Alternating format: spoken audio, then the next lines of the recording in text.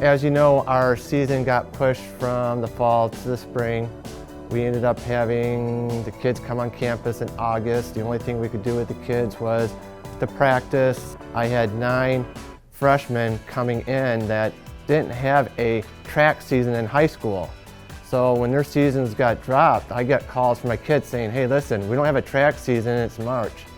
And it's like, well, I usually don't give you a summer training schedule until June. So I've been coaching these kids since March. The kids came in August in great shape. I mean, it's very rarely do I have freshmen that come in and do the summer training schedule and come in great shape. And some of the times these kids were running was great. In fact, me and my assistant coach, John Barbie, we had to actually adjust our program that we had scheduled for the season. We had to adjust it because the kids just came in prepared. I mean, I had freshmen that were running faster than the freshmen I've had previously. With us not being able to compete against other teams hurt, but with the inter-squad, we divided them into 2 different teams. We had a blue, we had a white, and we had 4 competitions, and then they started getting back into training for track because we're going to have our first ever indoor and outdoor track season. So they come back on campus in January in some decent shape. We start doing some indoor track workouts. We had our indoor season, participated in our first conference indoor, and I mean, we had some individual that scored some points for us, first ever.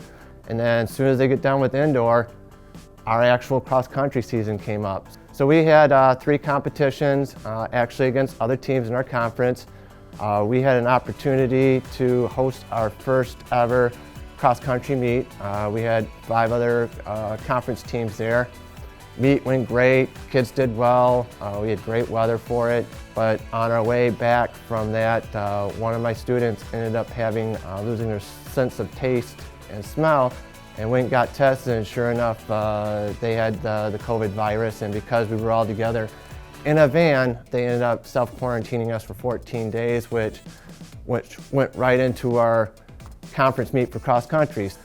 We ended up participating in our outdoor conference championships, and so we got our first season in of track and field, which is great. I've got 9 new kids coming in. I have 2 girls, I have 7 guys, I have 2 transfer kids that are coming in. Top of me already having so many freshmen before, I mean, I'm going to have about 18, 19 kids on my team, which is the most I've ever had.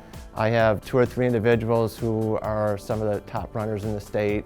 I have a lot of kids coming from schools that I normally haven't had. With us adding track this year and this being our first year, a lot of the kids I got solely because of the reputation. Oh, we're having a new track program. So next season, things go according to plan.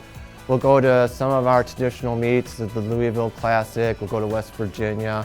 A lot of things that we've done in the past, a lot of the freshmen this year have never experienced. The road trips we went on just because of COVID, we couldn't leave the state. I'm hoping that these freshmen, who will be sophomores now, will actually be able to experience the fun that it is in cross country as the upperclassmen have.